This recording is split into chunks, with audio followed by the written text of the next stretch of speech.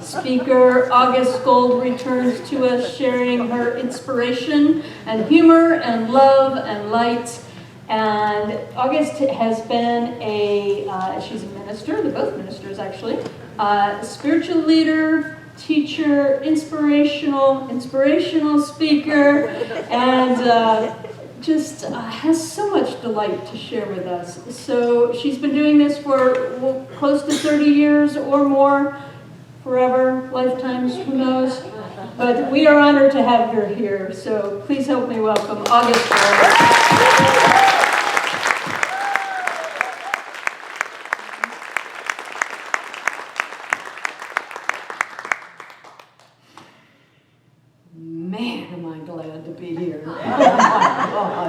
I come from a town in Connecticut that is built on slate, on rock, and I come to Asheville, which is a town that's built on quartz crystal. I mean, how can you not love the vibe in Asheville? You just put your foot over the line and you feel it. Oh man, thank you for having me again. Knowing everything you already know, you invited me back. I appreciate that. So first, I'm going to tell you a story. And then I'm going to read a quote from a teacher that makes no sense. Then I'm going to talk to you about a lesson from A Course in Miracles, which is just going to piss you off. And I'm going to tell you a story of mine that involves a great loss, right? And then I'm going to tie it all together with the teachings that we have been taught over and over again that will show us through these new eyes how everything in your life is not happening to you, but everything that happens to you is actually happening for you. So, there's an old story that comes out of Europe about a couple that was very, very, very poor. In fact, the only thing that they had in their hut, other than the few little pieces of rickety furniture, was a scrawny cow, the story says. It doesn't say cow. It says a scrawny cow. And this scrawny cow was enough maybe to give them a little milk, maybe to give them a little cheese, make a few little kopecks, and that's it. But it was their scrawny cow.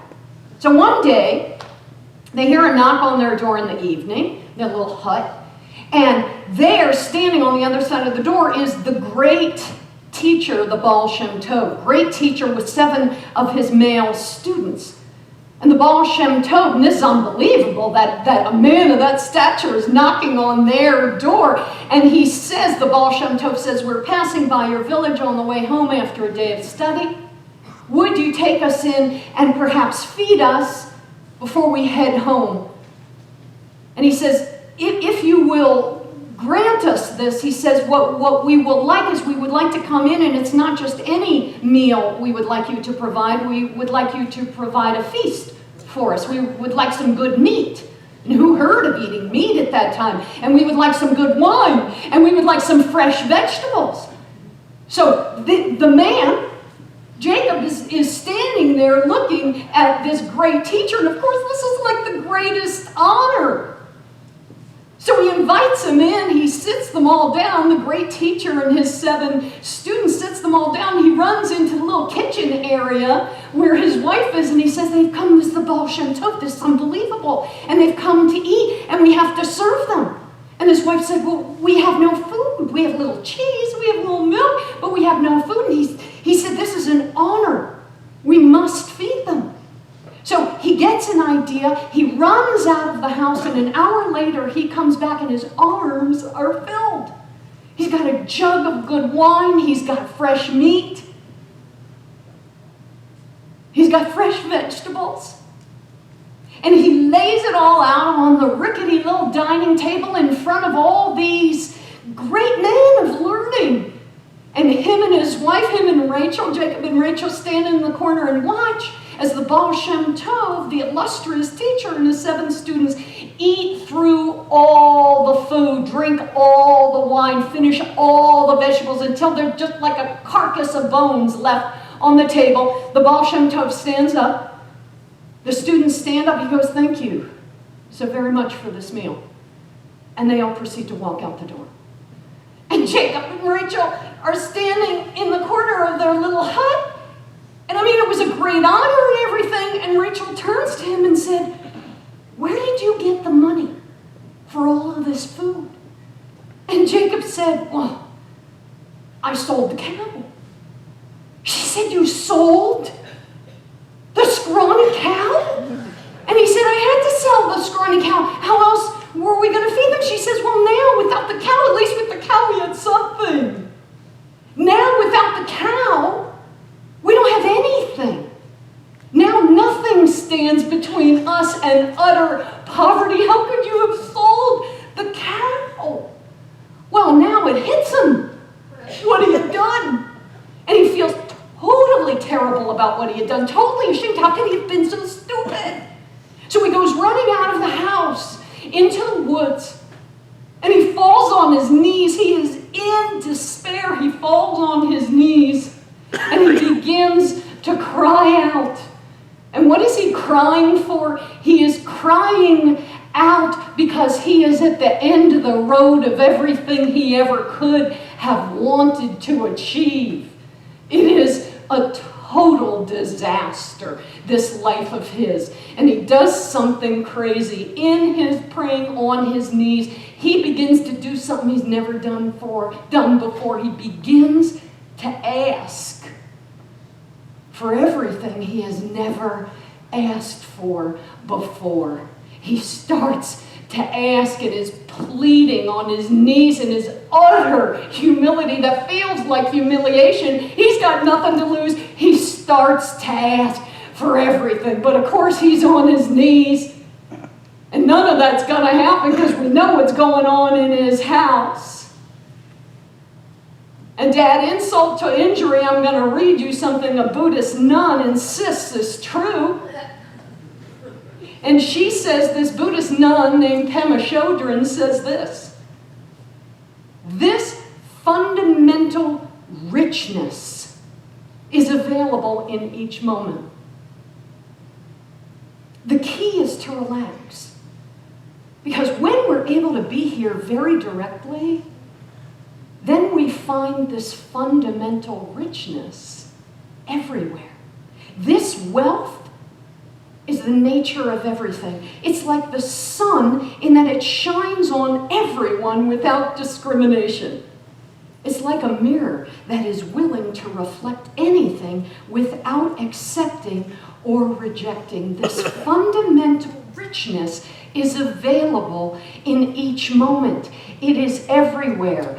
I would not have the nerve to say to Jacob and Rachel, there's a fundamental richness here everywhere around you, and I know what your problem is, but can't you see the fundamental richness? We are in our life. We're in our life, and we are being told by these teachings all the time, there's a fundamental richness. And it's like, hello, do you not see our situation? Right? Now I'm going to add insult to injury because the Course in Miracles not only doesn't see our situation, it goes further and it says something so wacky. It seemingly doesn't seem to understand the human problems that we all face. When I look in my wallet and it's empty. They looked in their cupboards and it's empty. We look on the other side of the bed if we're living alone and don't want to be, and it's empty. What don't these teachers get about the reality of emptiness that I'm looking at? So the Course in Miracles says this and has the audacity to say, you have only one problem. There's only one problem you have. There's only one problem that you have. One. And we're counting up the problems that we have. And we know they count to more than one.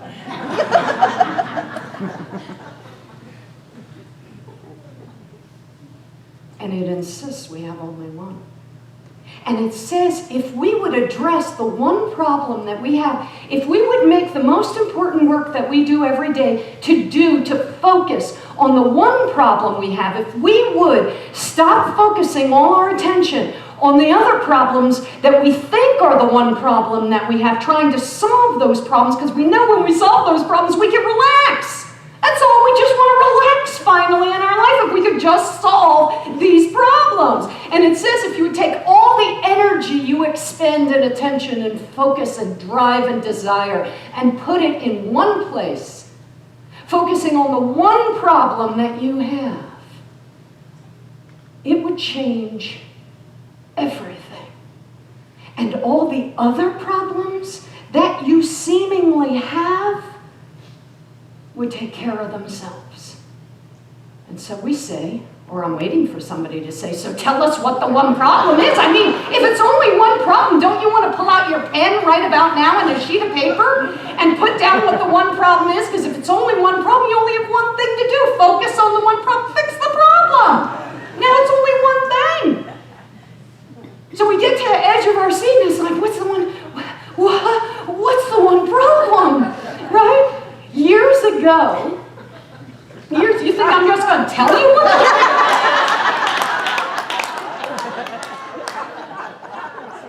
You're going to have to participate in this process and follow me all around the globe until we get to the one problem, because I'm going to tell you another story.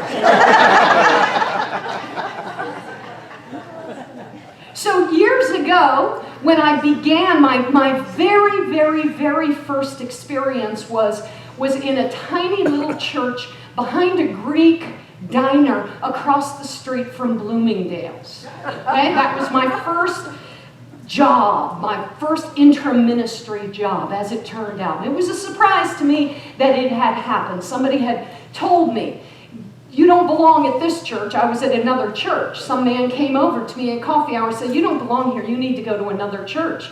And it was like, first, wow. And secondly, I went there. The next Sunday I went there, and it happened to be the exact Sunday that the interim minister from Florida said, well, today's my last day.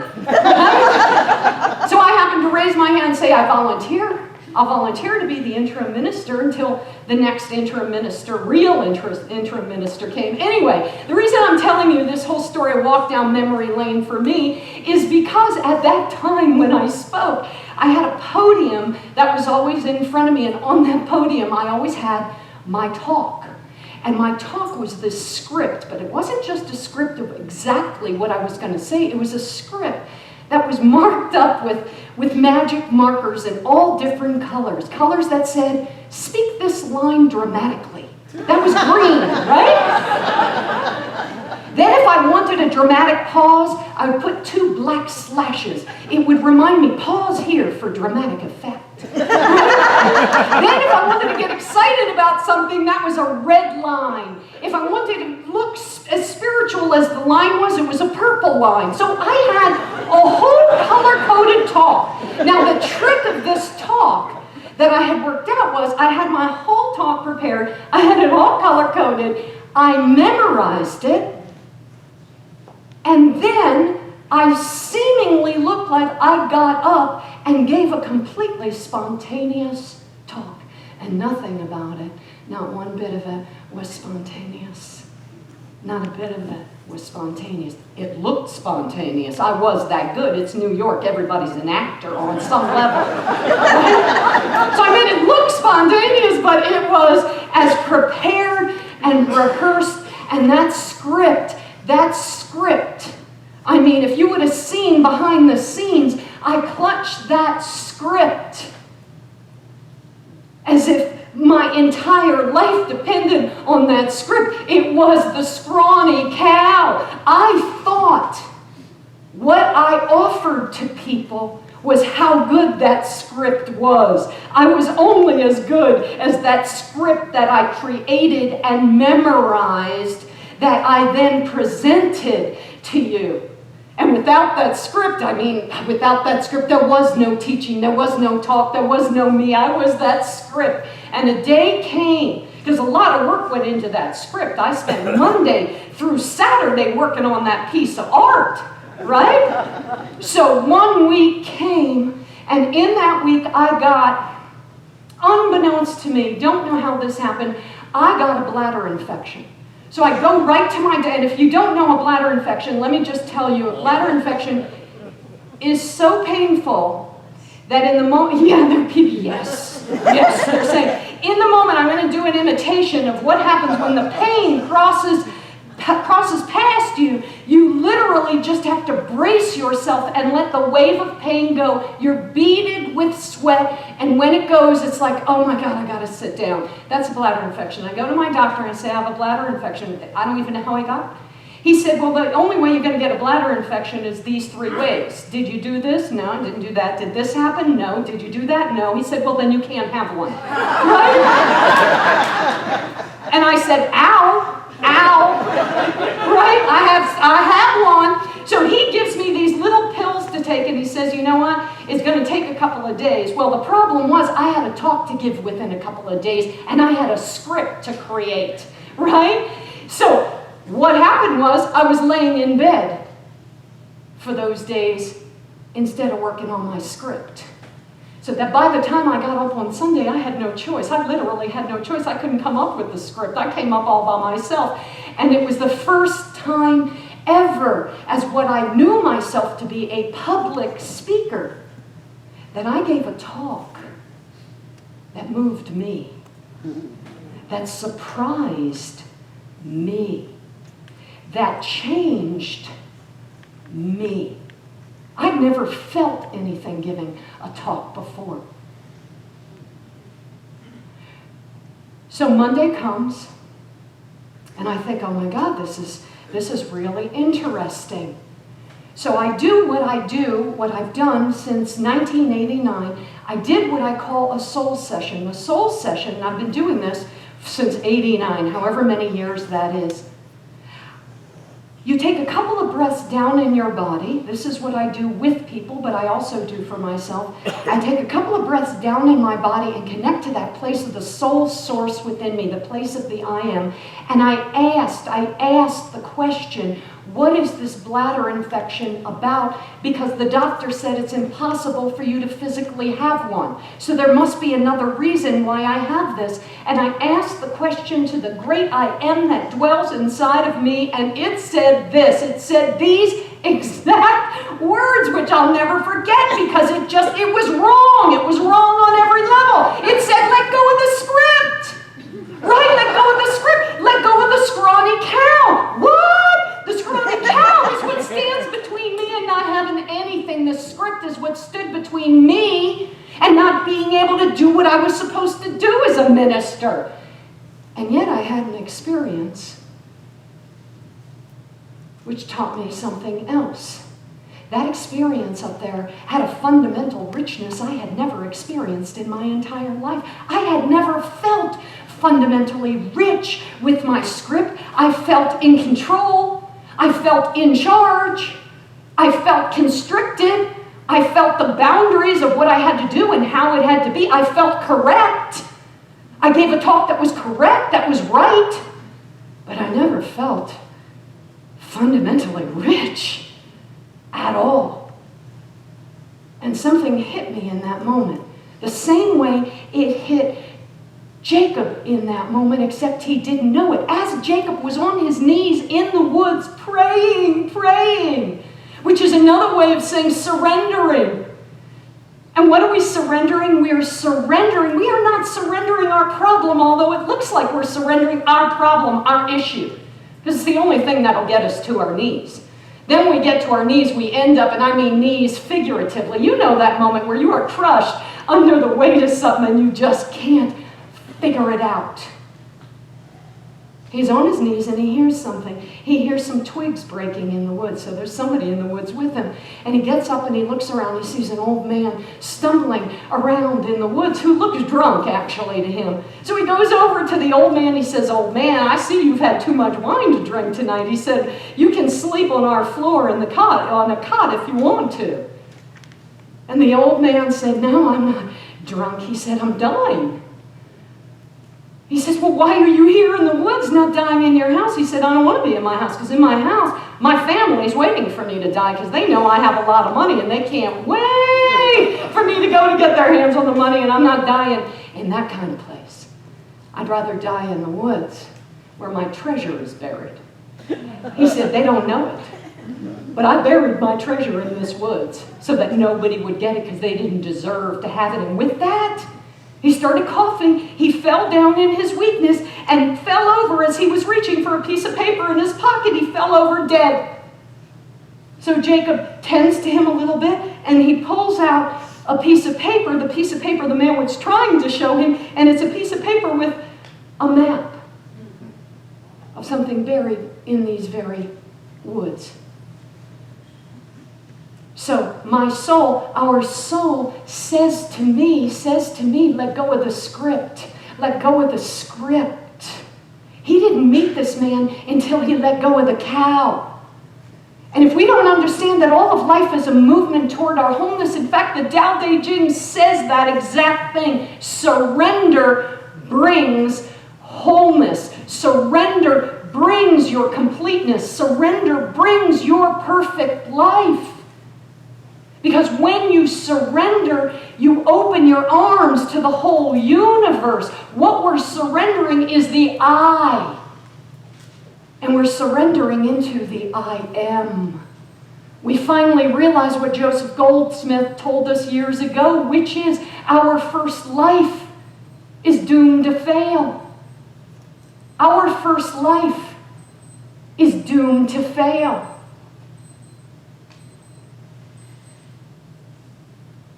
Why?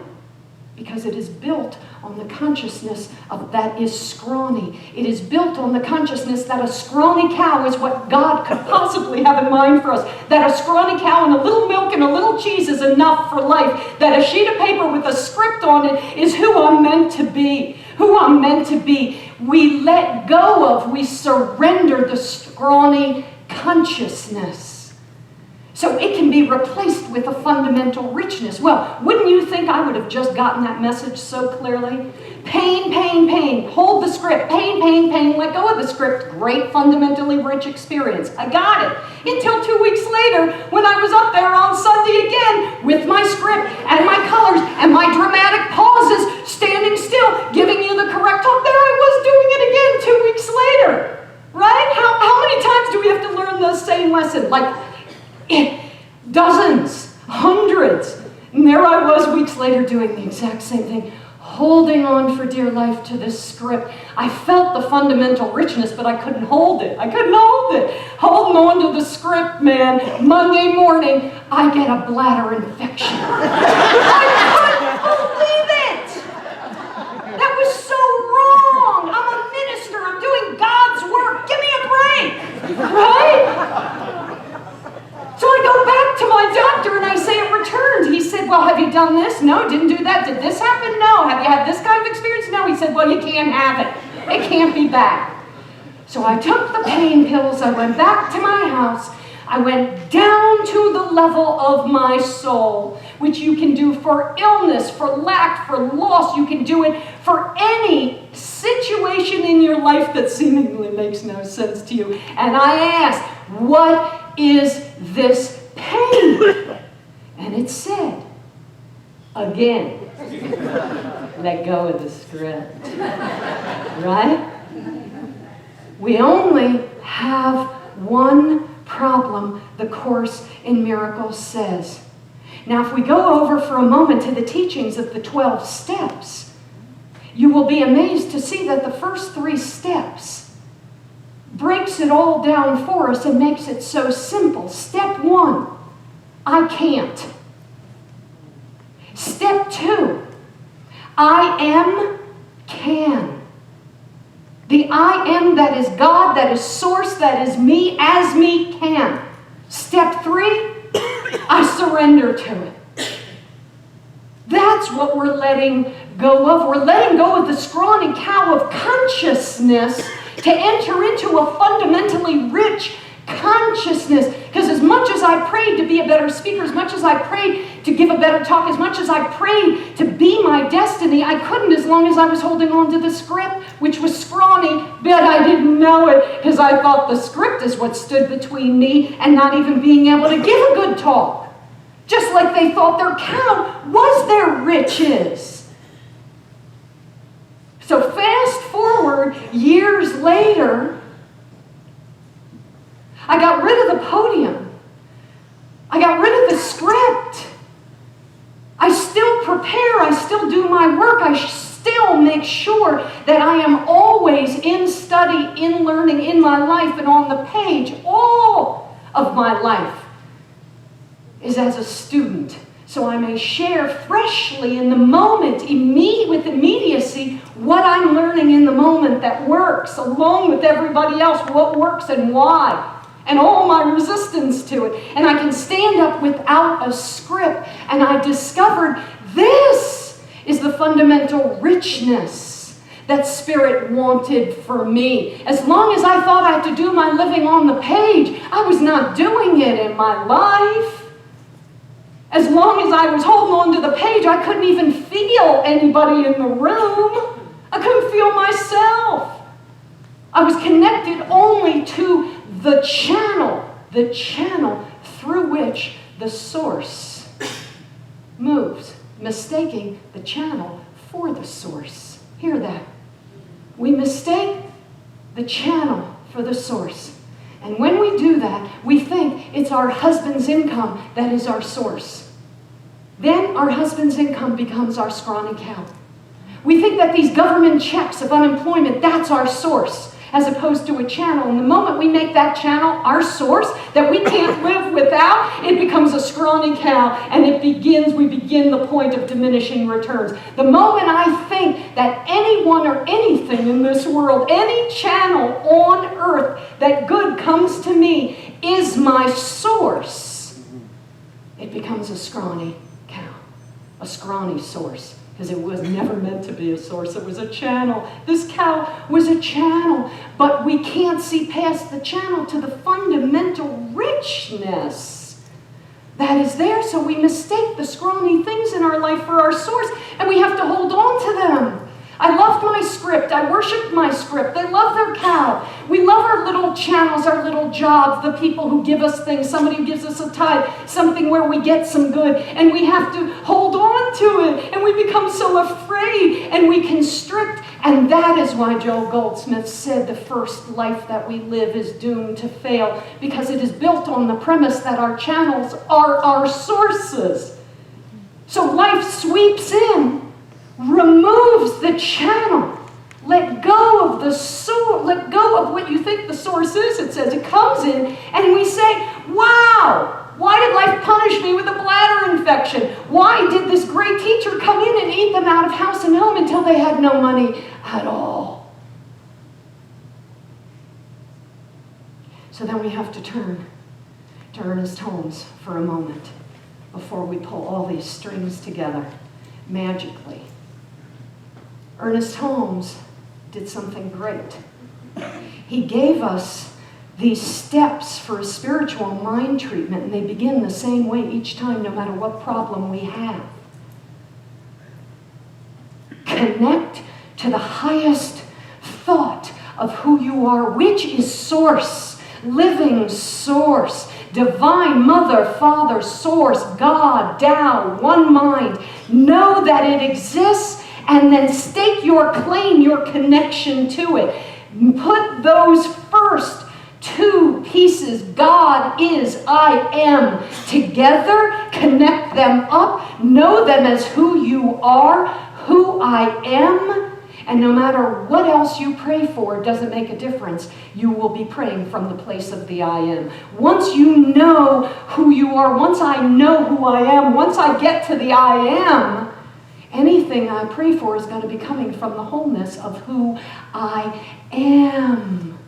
And everything in life always that happens to us actually happens for us. Why? To move us to the place of I am, because we're stuck in a place of thinking, I, and the I doesn't know what to do. The I is so afraid. The I is all alone. So he said, put these two things together. God is, I am. Source is, I am. It's what I am. It's what I am Now, he said, I'll tell you what I do every single day. So you do your treatments and do them in the morning when they have real tremendous power for you. And then you go out in your day, he said, not a day goes by in my life, he said, where I don't ask myself, stop, right there, stop in the middle of my day and ask myself who I am.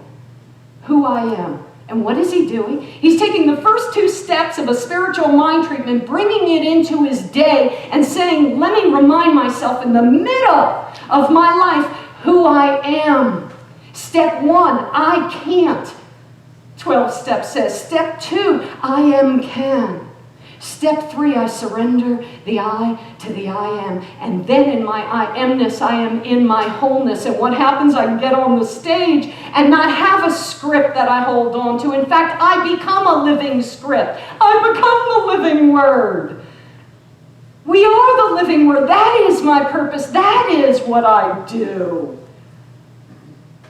So years later, the Baal Shem Tov is walking down the street, and he sees, him and his students see a beautiful carriage go by with Jacob and Rachel, and it dressed in gorgeous finery, gorgeous clothes. And one of the students says, hey, isn't that the couple who we went to their house and ate them out of house and home all those years ago? And the Baal Shem Tov, they all stop, all the students stop, watch, and he goes, I think that's them. He says, look at them. They don't seem to have a care in the world. So they're not only rich. We think riches is riches. They're not only rich, they are fundamentally rich. Here's the difference. Here's the difference between winning lottery and calling yourself rich and riches. Fundamentally rich is you know that fundamental riches is the I am that is you. And the I am that is you is what's fundamentally rich, which means no matter whether your money is up or down or gone sideways, it doesn't make a difference what happens in the world of form, because you know the richness is the I am that you are, and nobody can take that away from you. That's why we don't have a care in the world. And the Baal Shem Tov said, yeah, that's them. He said, Jacob and Rachel, they did not know that life had prepared for them a banquet. That everything they ever wanted, of course, was there for them. They did not know that life is rich and they could partake in any part of those riches they want. He said, because they didn't know it, they didn't ask for it. And because they didn't ask for it, they didn't get it. And that's why we had to come into their life and help them. Let go of the scrawny cow. Let go of the script. Let go of the I consciousness and trade it out for the I am. Ernest Holmes stopped in his day and he said, who am I? So I took that piece of advice, because if he did it, I want to do it. Not that I want to be Ernest, because I'd have to be 4 inches shorter, right? And a little stockier back here. But because I wanted to have his consciousness, so I stopped every day, and I invite you to do the same. Who am I? And I took the alphabet, A through Z. And I stop in the middle of every single day and I say, who am I? And I start with A. I am absolute presence here in this moment in time, disguised as me, but knowing that I'm divine. B, I am beautiful. Because that's how life created me to be inside and out. I am clear in this moment, because in this moment I'm trading out my scrawny consciousness for my fundamentally rich consciousness. D, I am devoted to these teachings, because these teachings help me solve the only one problem that I have, that we have. And here's the problem. The problem is separation. The separation from the I am that we are. I am E, I am enthusiastic, I am F, and I forgive myself for all of the harmful things I've done to myself and others from that I, scrawny consciousness, because I didn't know any better. Right? I am H. I am happy to be in this moment, surrendering the scrawny for the rich. And I am good because God is good and God is what I am, period. I am H. I am happy. I am inspired to know this truth. J. I am joyful to be here in this moment. K. I know. And I give up trying to figure things out. And I replace it with knowing. In this moment, I know because I am connecting to the who I am. And my I am consciousness knows. Your I am consciousness knows, and it knows that it knows. This is the way I go through the alphabet. You stop and you go through the alphabet. It'll take you 2 minutes because you're all less wordy than I'll ever be, right? It takes me about 5, but those are the best 5 minutes I spend because in those 5 minutes I let go of the I and I pick up the I am. I let go of the scrawny cow and I end up rich, fundamentally rich, without a care in the world, at least till dinner time, right? And I let go of the script so I can become what Spirit invites us all to become, free, living presence, free, unencumbered, out of bondage, depending upon nothing on this earth except what is inside of us that is always fundamentally rich and connected, never separate. We have one problem, and that problem, the Course in Miracles says, is separation. Make nothing more important than working on your proximity to who you truly are, to heal the gap of that separation, to connect with the truth of who you are, and you will see all the problems that you have the funniest way of taking care of themselves. Enough said.